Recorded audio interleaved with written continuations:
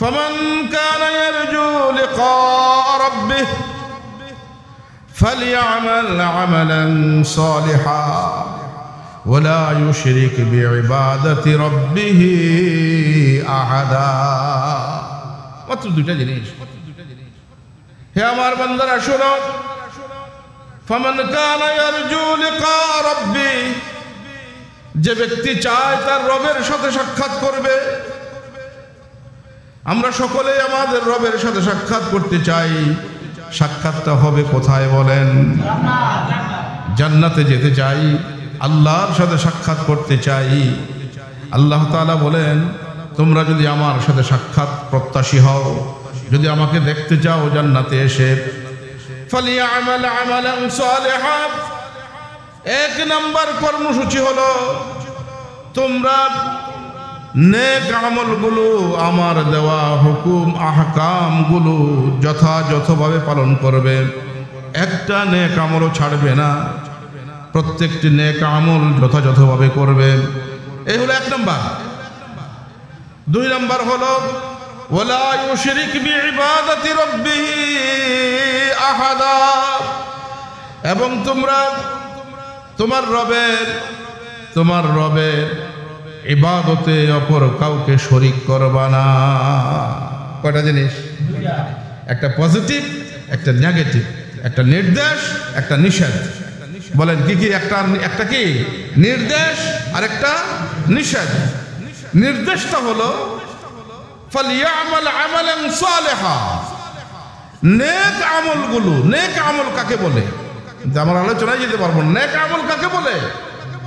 এক কথায় যদি আমরা বলি, আল্লাহ পাক রব্বুল আলামিন আমাদের উপর যে সকল বিধিবিধান ফরজ ওয়াজিব করেছেন, রাসূল যেগুলো সুন্নাহ করেছেন, সেই কাজগুলো আল্লাহর রাসূলের তরিকায় করার নাম হলো নেক আমল। এক্ষেত্রে আমরা স্বাভাবিকভাবে নেক আমলগুলো চিনি। নামাজ, রোজা, হজ, যাকাত ইত্যাদি নেক আমলগুলো আমরা কি চিনি। বাকি জীবনের, একজন মুমিনের জীবনের প্রতিটি কাজই হবে নেক আমল। বলুন না সুবহানাল্লাহ। একজন মুমিনের প্রতিটি কাজই হবে কি নেক আমল। কখন? সূত্র মনে রাখেন, সূত্র। মুমিনের কাজকর্মগুলো যখন হবে, মুমিনের কাজকর্মগুলো যখন হবে একমাত্র আল্লাহকে রাজি খুশি করার জন্য এবং রাসূলুল্লাহ সাল্লাল্লাহু আলাইহি ওয়াসাল্লামের তরিকায়। কার তরিকায়? আল্লাহর রাসূল সাল্লাল্লাহু আলাইহি ওয়াসাল্লামের সুন্নাহ অনুযায়ী যখন মুমিনের নেক আমলগুলো হবে, কাজকর্মগুলো হবে, জীবনের সকল কাজ যখন হবে, তখন সেই কাজগুলো প্রত্যেকটা কাজে নেক আমলে পরিণত হবে। বলুন সুবহানাল্লাহ। একেবারে বাথরুমে যাওয়া আসা থেকে শুরু করে, যেমন বাথরুমেরটাই আমরা বলি, বাথরুমে শৌচকার্য, পায়খানা প্রস্রাব করার জন্য আমরা প্রবেশ করব। এই ক্ষেত্রে আল্লাহর রাসূলের সুন্নাহ কি? রাসূলুল্লাহ সাল্লাল্লাহু আলাইহি ওয়াসাল্লামের সুন্নাহ হলো মাথা ঢেকে প্রবেশ করতে হবে। এক, পায়ে স্যান্ডেল থাকতে হবে। দুই, ঢুকার সময় সুনির্দিষ্ট একটি দোয়া পড়তে হবে। বলেন দেখি, আল্লাহুম্মা, মাশাআল্লাহ মাশাআল্লাহ, আমার শ্রোতারা ভালো, আলহামদুলিল্লাহ আলহামদুলিল্লাহ। আল্লাহুম্মা ইন্নী আউযু বিকা মিনাল খুবুসি ওয়াল খাবাইস, এটা পড়তে হবে। বাম পা দিয়ে প্রবেশ করতে হবে। কটা হলো? চারটা হয়ে গেছে, কিন্তু চারটা পাঁচটা হয়ে গেছে। বাম পা দিয়ে প্রবেশ করতে হবে। পুরা সতর খোলা যাবে না, পুরা সতর খোলা যাবে না। এইভাবে শৌচকার্য শেষ করলেন, এরপরে সুন্নাহ অনুযায়ী ঢিলা কুলুক ব্যবহার করতে হবে। তারপরে পানি ব্যবহার করতে হবে।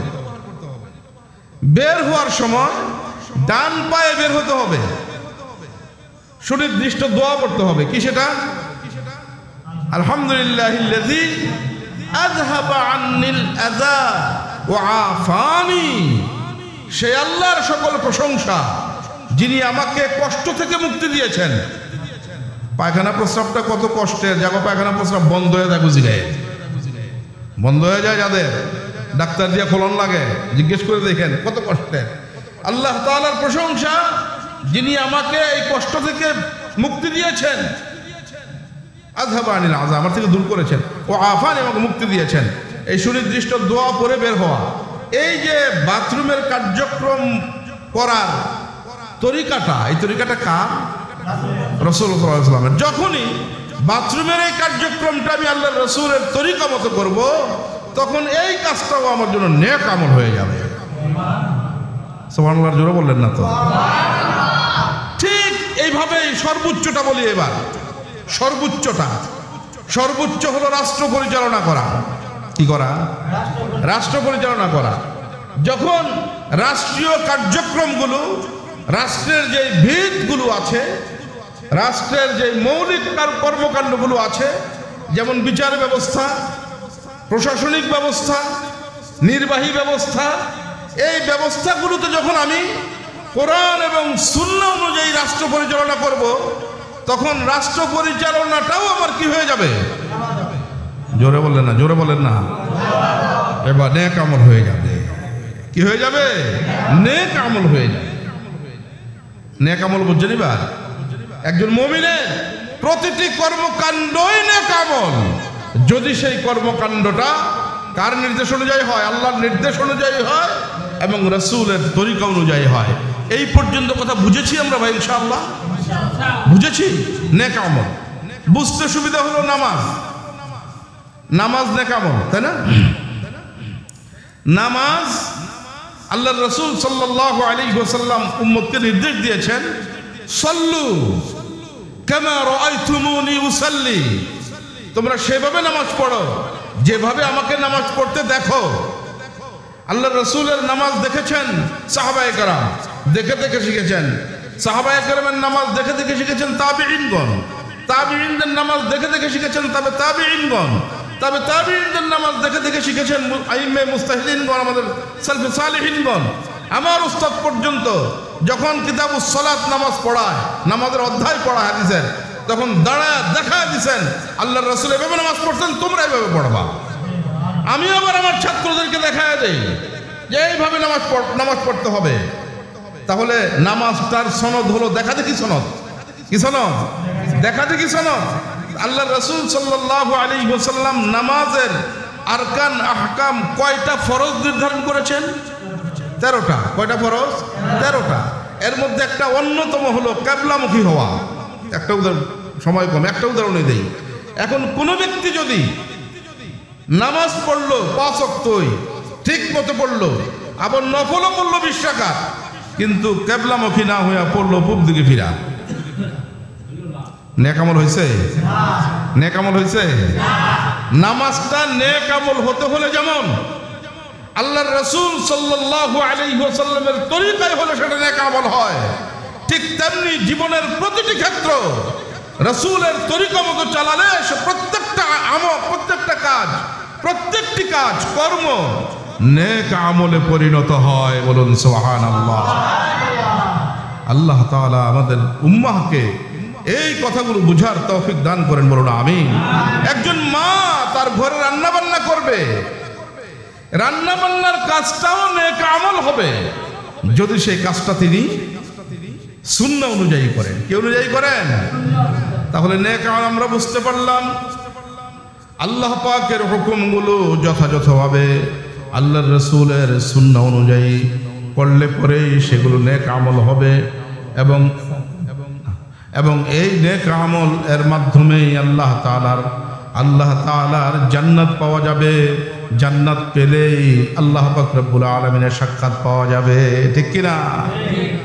আমল সে বনতি হ্যায় জিंदगी, जन्नत भी जहन्नम भी, ये खाक अपनी फितरत में है, न नारी है न नूर।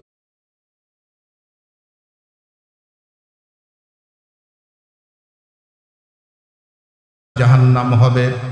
তোমার আমল যদি নেক আমল হয়, তোমার জীবনের সকল কর্মকাণ্ড যদি আল্লাহর নির্দেশ রাসূলের তরিকা মতো হয়, তাহলে তোমার জীবনের সকল কর্মকাণ্ডগুলো নেক আমল হওয়ার কারণে তুমি জান্নাতি হবে। কি হব আমরা?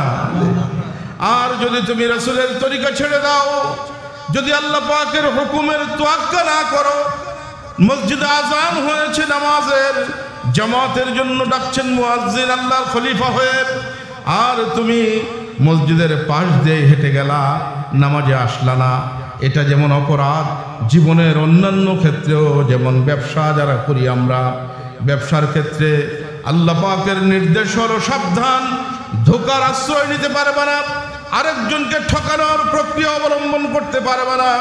কেউ যদি ব্যবসা ধোঁকা এবং ঠকানো বাদ দিয়ে সহি তরিকায় রাসূলের সুন্নাহ অনুযায়ী ব্যবসা করে, তাহলে ওই ব্যবসায়ীর ব্যবসাটাও নেক আমলে পরিণত হবে।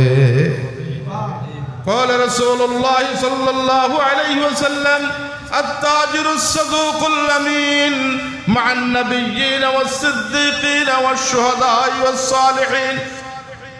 একজন আমানতদার সৎ ব্যবসায়ী, যারা ব্যবসা করে, ছোট ব্যবসা হোক আর বড় ব্যবসা হোক, যদি আমানতদার হয়, সৎ ব্যবসায়ী হয়, তার হাসর নসর হবে নবীদের সাথে, সালেহিনদের সাথে, শহীদদের সাথে, মুত্তাকিদের সাথে। বলুন সুবহানাল্লাহ। কাজে জান্নাতে যাবে একজন সত্যবাদী ব্যবসায়ী। বুঝাতে চাইছিলাম আমি যে আল্লাহ রাব্বুল আলামিন যে সকল নির্দেশনা দিয়েছেন আমার জীবন পরিচালনায়, এই নির্দেশনাগুলো মেনে আল্লাহর রাসূলের তরিকা মতো যদি আমি আমার জিন্দগিটা পরিচালনা করি, তাহলে আমার সকল কাম কাজগুলোই কি হয়ে যাবে? কথা বলেন না আপনি, বলেন কি হবে? নেক আমল হবে ইনশাআল্লাহ। রাজি আছেন সবাই ইনশাআল্লাহ? আল্লাহ তাআলা তৌফিক দান করেন। একটা এটা নির্দেশ। নিষেধটা কি? নিষেধটা খেয়াল করেন, নিষেধটা খেয়াল করেন। নিষেধটা হলো ওয়ালা ইউশরিক বিইবাদাতি রাব্বিহি আহাদা। সাবধান, যে ব্যক্তি আল্লাহ পাকের সাক্ষাতের প্রত্যাশী, জান্নাতে গিয়ে আল্লাহকে দেখতে চায়, আল্লাহর সাথে সাক্ষাৎ করতে চায়, আল্লাহ তাআলা সাক্ষাৎ দিবেন। ৭০,০০০ নূরের পর্দা সরায় আল্লাহ সরাসরি তার বান্দাদের সাক্ষাৎ দিবেন জান্নাতে। কি দৃশ্যটা হবে! আল্লাহকে দেখে তখন আমাদের কেমন লাগবে! আল্লাহর রাসূল সাল্লাল্লাহু আলাইহি ওয়াসাল্লাম বলেন, যে আল্লাহকে না দেখে তোমরা সিজদা করেছো, যে আল্লাহকে না দেখার পরেও দেখো নাই, আল্লাহর নির্দেশে সকাল থেকে সন্ধ্যা পর্যন্ত না খেয়ে থেকেছো, এই রমজান আসতেছে, না খেয়ে থেকেছো, যে আল্লাহর নির্দেশে যাকে তোমরা দেখো নাই, যে আল্লাহর নির্দেশে ভোর রাত্রে কনকনে শীতের মধ্যে উঠে গিয়েছো, তাহাজ্জুদের নামাজে দাঁড়িয়ে গেছো, আল্লাহ রাব্বুল আলামিনের সাথে সম্পর্ক পয়দা করার চেষ্টা করেছো, সে আল্লাহকে যখন দেখবা, আল্লাহ থেকে দৃষ্টি আর অন্য কোনো দিকে যাবে না, তোমাদের যাবে না। এক দৃষ্টি আল্লাহর দিকে তাকিয়ে থাকবে, দীর্ঘ সময় তাকিয়ে থাকবে এই দিকে। জান্নাতের হুর গালমানরা আল্লাহ রাব্বুল আলামিনের কাছে অভিযোগ জানাইতে থাকবে, আল্লাহ, আয় আল্লাহ তাআলা, তুমি সাক্ষাৎ দিয়া যদি এত সময় নিয়ে নাও, তাহলে জান্নাতে আমাদেরকে কেন বানাইছিলা? হুর গালমানে নাজনে আমত আমাদেরকে কেন বানাইছিলাম? আমরা কবে ভোগের শিকার হব? কখন আমাদেরকে জান্নাতীরা ভোগ করবে, ব্যবহার করবে, খাবে, পান করবে? তুমি তোমার সাক্ষাৎ তাড়াতাড়ি বন্ধ করো। তখন আল্লাহ রাব্বুল আলামিন তার নূরের পর্দা ঢেলে দিবেন। ইতিমধ্যে ৭০,০০০ বছর চলে যাবে। ৭০,০০০ বছর আল্লাহর দিকে তাকিয়ে থাকবো আমরা। সেই বৈঠকে থাকতে চাই তো? নেক আমল বুঝেছি, এবার শিরিক বুঝেন। ওয়ালা ইউশরিক বিইবাদাতি রাব্বিহি আহাদা। সাবধান, যদি জান্নাত পেতে চাও, যদি আল্লাহর সাক্ষাৎ পেতে চাও, তাহলে আল্লাহ পাক রব্বুল আলামিনের ইবাদতের সাথে, আনুগত্যের সাথে, দাসত্বের সাথে অন্য কাউকে শরীক সাব্যস্ত করবা না, কাউকে শরীক করতে পারবা না। শিরিক থেকে মুক্ত থাকতে হবে। শিরিক কাকে বলে? শিরক হলো, এই ছেলের কথা বলবো না, শিরক হলো আল্লাহ পাক রব্বুল আলামিনের ক্ষমতার সাথে অন্য কারো ক্ষমতাকে সিভিলাইজ করা। যে আল্লাহ তাআলা ক্ষমতা যা, উমুকের ক্ষমতা তা। নাউযুবিল্লাহি মিনাল্লাহ। কথাটা বুঝতে পেরেছেন? আল্লাহ রাব্বুল আলামিনের সত্তার সাথে অন্য কোন সত্তাকে ইলাহ হিসেবে মেনে নেওয়া, আল্লাহ রাব্বুল আলামিনের কোন বিশেষণের সাথে অন্য কোন ব্যক্তিকে ওই বিশেষণে বিশেষায়িত করা, অন্য কোনো মূর্তি বা যে কোনো কিছুকে, পীর ফকিরকে কি করা?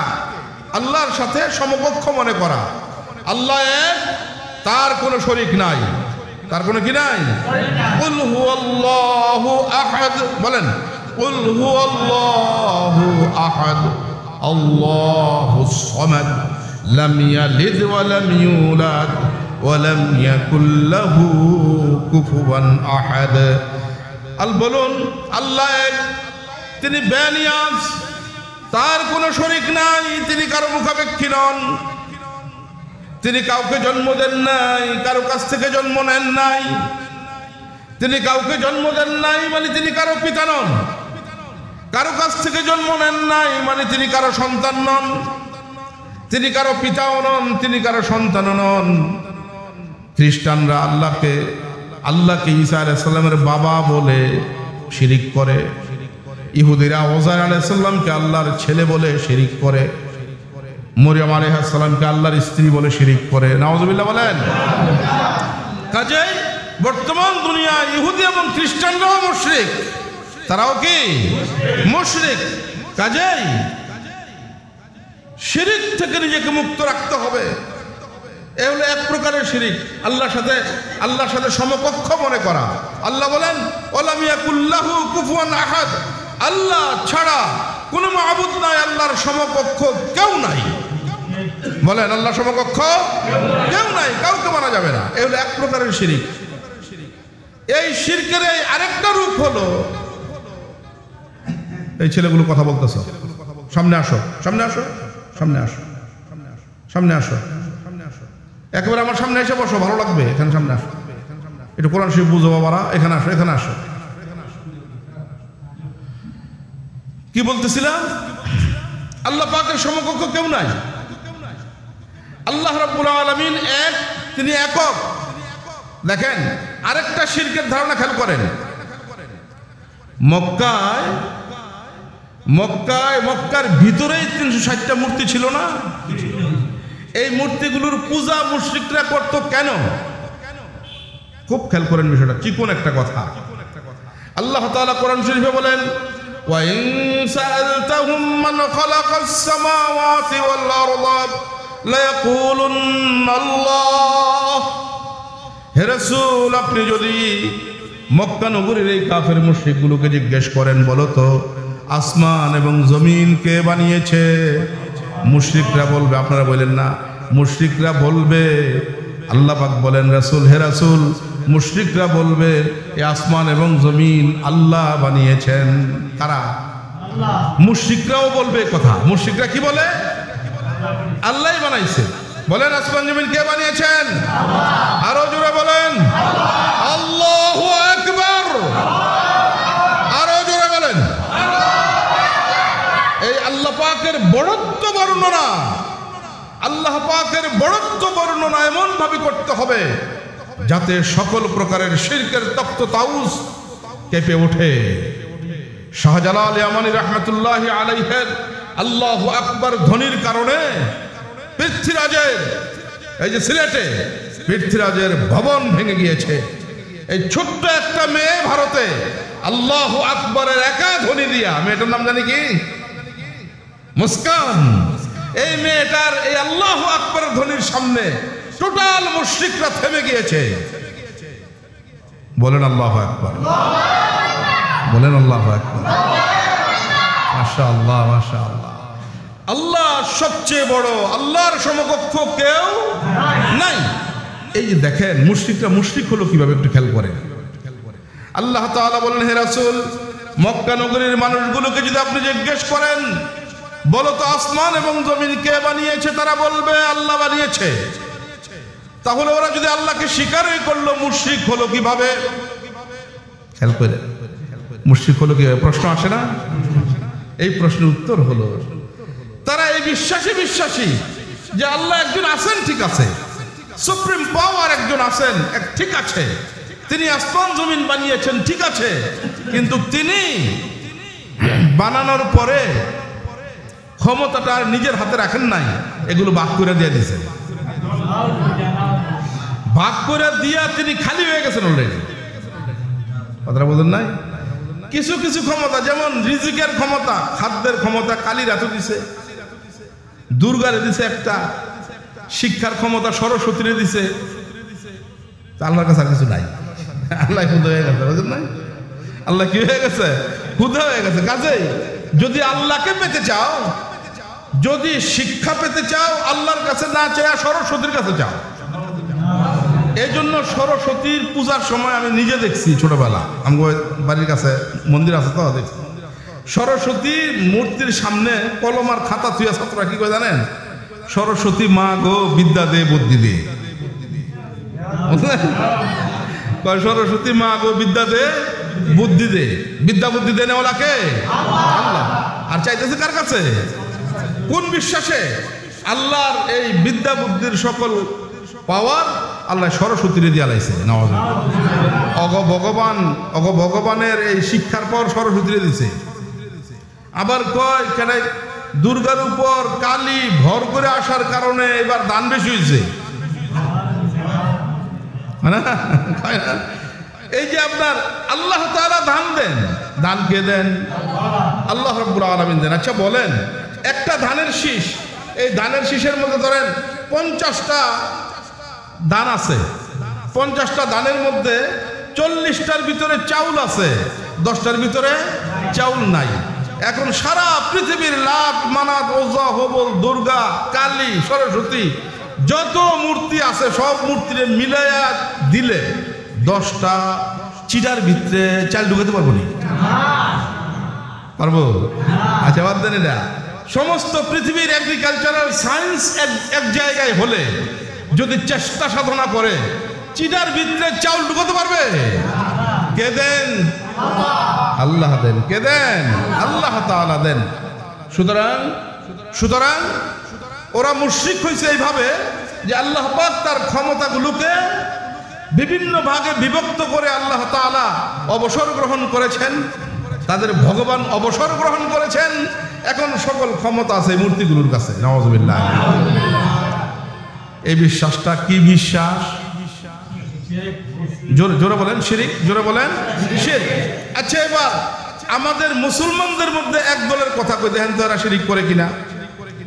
আল্লাহর ধন নবীকে দিয়া, আল্লাহ গেছে খালি হইয়া, আল্লাহ গেছে গায়েব হইয়া। আল্লাহ গেছে কি হইয়া? গায়েব হইয়া। নবীর ধন খাজারে দিয়া, নবী গেছে খালি হইয়া। নবীর ধন খাজায় পাইয়া বৈশা রয়েছে আজমিরে। কোন জায়গা? দে বাবা দে, খাজা বাবা দে, কেউ ফিরে না খালি হাতে, খাজা তোর দরবারেতে। গানটা শোনেন না আপনারা? আমি সুর দিতে পারতাম, সুর দেই না। দে বাবা দে, খাজা বাবা দে। কার কাছে চাইলো ভাই? উঠেন না ভাই। দে বাবা দে, খাজা বাবা দে, কেউ ফিরে না খালি হাতে, খাজা তোর।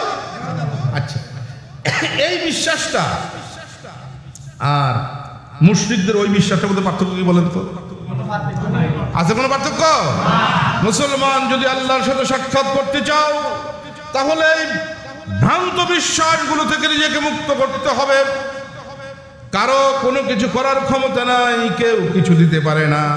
সকল কিছুর মালিকানা একমাত্র কার হাতে বলেন? তাবারাকাল্লাযী বিয়াদিহিল মুলক ওয়া হুয়া আলা কুল্লি শাইইন কাদির।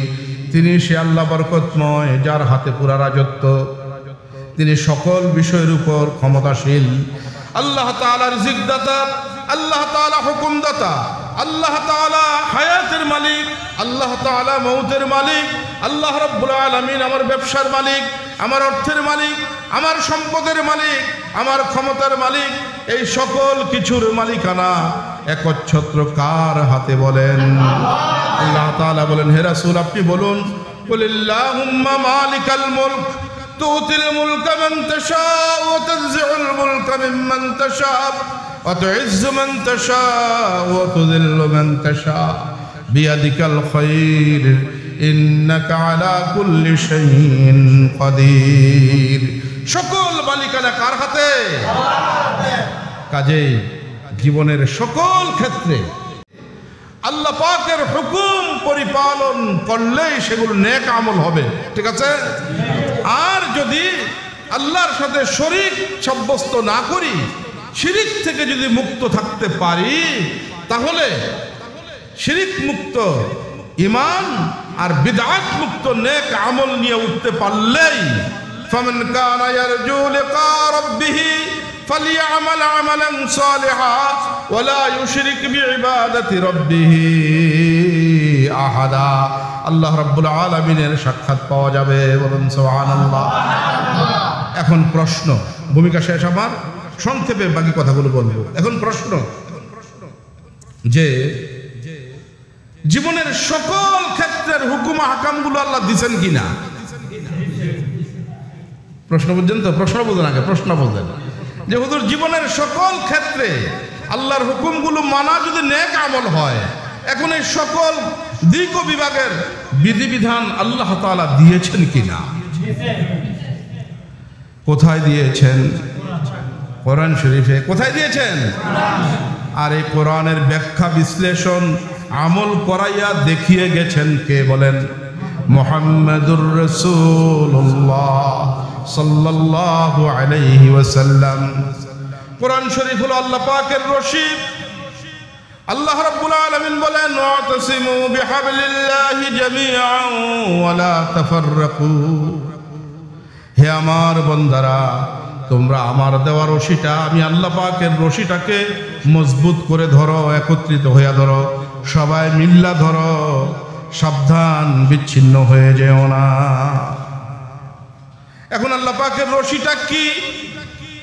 قال رسول الله صلى الله عليه وسلم حبل الله هو القرآن। আল্লাহর রশিটার নাম হলো কোরআন। আল্লাহর রশিটার নাম কি বলেন? কোরআন। তরফুহা ফি ইয়াদিল্লাহি ওয়া তরফুহা ফি আইদিকুম। আল্লাহর রাসূল সাল্লাল্লাহু আলাইহি সাল্লাম বলেন, এই রশিটার এক মাথা আল্লাহর হাতে, আর এক মাথা হলো তোমাদের হাতে, বলুন সুবহানাল্লাহ। রশি চিনি আমরা? রশি চিনেন? একটা রশির কটা মাথা হয়? দুইটা মাথা হয় না? দুইটা মাথা। একটা উদাহরণের মাধ্যমে আমরা বুঝি। আমাদের এই এলাকায় আগে কূপ আছিল, কুয়া। অনেক কুয়া নাই। এই কুয়ার মধ্যে যদি কোনো মানুষ পড়ে যায়, তাহলে সেই মানুষটাকে উঠানোর মাধ্যম কি? রশি না? রশি। আখিরাতের তুলনায় দুনিয়াটা হলো কুয়া। দুনিয়াটা কি? কুয়া। এই কূপ থেকে জান্নাতে যাওয়ার মাধ্যম হলো রশি। মাধ্যম কি? এক রশির দুই মাথা থাকে, সেই রশিটার নাম হলো কোরআন। রশিটার নাম কি? আল্লাহর রাসূল বলেন হাবলুল্লাহি হুয়াল কোরআন। আল্লাহর রশিটার নাম হলো কোরআন। তরফুহা ফি ইয়াদিল্লাহ, এর এক মাথা আল্লাহর হাতে আছে, অতরফুহা ফি আইদিকুম, আরেক মাথা হে কূপে পড়নেওয়ালা ডুবন্ত মানুষ, তোমাদের হাতে আল্লাহ ছেড়ে দিয়েছেন। সুবহানাল্লাহ। কূপের ভিতরের মানুষটাকে ওঠানোর জন্য যেমন রশির প্রয়োজন, ওই রশিটার একটা বৈশিষ্ট্য থাকতে হবে। ধরেন কূপের ভিতরে পড়ে গেছে আমি, 100 কেজি ওজন আমার। এখন আমারে ওড়াইতে গিয়া যদি আপনি একটা চিকুন রশি দেন, ফসা রশি দেন, চান্দা উড়াইতে পারবেন? রশিটা কি লাগবো? মজবুত রশি লাগবে, ঠিক না? আবার একটা কূপের মধ্যে যদি 5-7 জন পড়া থাকে, এই 5-7 জনের কাছে মজবুত রশি আপনি ফেলাইছেন, সবাইকে বলতেছেন তোমরা যদি উঠতে চাও সবাই একত্রিত হইয়া মজবুত করে রশিটারে কি করো? ধরো। একটায় ধরে ধরে ধরে না, আর একটায় ধরছে বলার মতো, আরেকজনকে দৌড়ো কি দৌড়মু। যদি এরকম হয় উঠবে কে? যে ধরেছে সে উঠবে। টান যখন দিব আমরা তখন উঠবে কে? যে ধরছে। আর ওই 5 জন যদি ভিতরে পয়রা থাকে, একজনে কয় তুই চোখা টুপি মাথা দিছিস কে? তোর লগে রশি ধরতাম না। তুই গোল টুপি লম্বা টুপি মাথা দিছিস কে? তোর লগে রশি ধরতাম না। তুই কানি কাটা পাঞ্জাবি পিনছস কে? তোর লগে রশি ধরতাম না। তুই কমিমার ছাত্রকে কমিত পরশকে? তোর লগে রশি ধরতাম না। তুই আলিয়াত পরশকে? তোর লগে রশি ধরতাম না। তুই জোরে জিকির পরশকে? তোর লগে রশি ধরতাম না। তুই আস্তে জিকির করস কে, তোর লোক রশি ধরতাম না। আসেনি অবস্থা? কথা কোনে বাংলা আসেনি? যদি বিচ্ছিন্ন হয়ে যায় মুসলমান, আর রশি যখন আল্লাহ টান দিবেন, টান যখন দিবেন, বিচ্ছিন্নগুলো উঠতে পারবো? সময় এসেছে মুসলমান, এখনো সময় আছে মুসলমান। এক হও, আমাদের কোরআন এক, আমাদের আল্লাহ এক, আমাদের রাসূল এক, আমাদের আখিরাতের বিশ্বাস এক। আর সব বাদ দাও, কার কি মাযহাব, কার কি মাসলাক, কার কি জিকিরের পদ্ধতি, কে কোন প্রতিষ্ঠানে পড়ো, কে স্কুলে, কে মাদ্রাসা আলিয়ায়, কে কওমিতে, এই চিন্তাগুলো জাহান থেকে বাদ দাও মুসলমান। আল্লাহর কোরআনকে ধরো, এই কোরআনকে ধরো ভালো মতো, এবং এই কোরআনের রাজ কায়েম করো। তাহলেই এই সমাজ বৈষম্য মুক্ত হবে, তাহলেই এই সমাজ ইনসাফপূর্ণ সমাজ হবে। তাহলে পরেই এই সমাজে মানুষ আদল ইনসাফ পাবে, তার অধিকার খুঁজে পাবে, মানুষ শান্তিতে ঘুমাবে। মানুষ শুধু মুসলমান না, সকল ধর্মের মানুষ, সকল বর্ণের মানুষ, সকল ভাষার মানুষ শান্তি আর সুখ পাবে তখন যখন আল্লাহর দেওয়া রশিটাকে সবাই ধরবে। বলুন সুবহানাল্লাহ। লা ইলাহা ইল্লাল্লাহ, লা ইলাহা ইল্লাল্লাহ, লা ইলাহা ইল্লাল্লাহ, লা ইলাহা ইল্লাল্লাহ।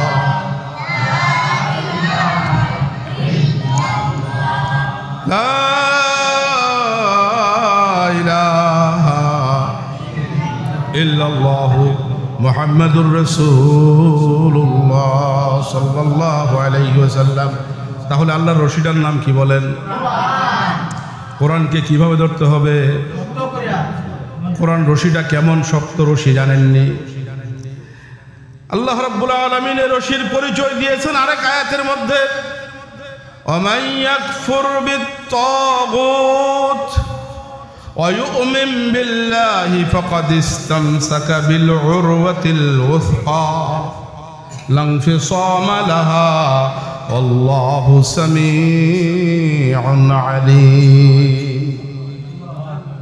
রশি, কোরআন নামক যে রশি আল্লাহ রাব্বুল আলামিন আমাদেরকে দিয়েছেন, এই রশি এমন এক মজবুত রশি, লা ইনফিসামা লাহা, যে রশি কখনো ছিঁড়বে না। বলুন না সুবহানাল্লাহ। যে রশি কখনো ছিঁড়বে না, বিচ্ছিন্ন হবে না, সেই কোরআন আমরা সকলে একত্রিত হয়ে মজবুতির সহিত ধরতে রাজি আছি। প্রশ্ন ছিল, জীবনের সকল ক্ষেত্রের বিধিবিধান এই কোরআন শরীফের মধ্যে আছে কিনা? আমি আয়াতে কারিমা তিলাওয়াত করেছিলাম, ওয়ানাজ্জালনা আলাইকাল কিতাব ওয়ানাজ্জালনা আলাইকাল কিতাবা তিবয়ানাল লিকুল্লি শাই ওয়া হুদান ওয়া রাহমাতান ওয়া বুশরা লিল মুসলিমিন। হুজুর আসেন, একটু বসেন, 5 মিনিট শেষ করে দেব ইনশাআল্লাহ।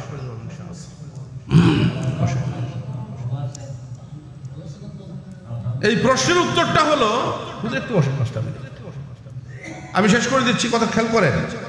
এই প্রশ্নের উত্তরটা হলো, আল্লাহ তাআলা বলেন, আল্লাহ বলেন, হে রাসূল, আমি আপনার কাছে এমন একটি কিতাব অবতীর্ণ করেছি যে কিতাবটিতে তিবয়ানাল লিকুল্লি শাই, তিবয়ানাল লিকুল্লি শাই,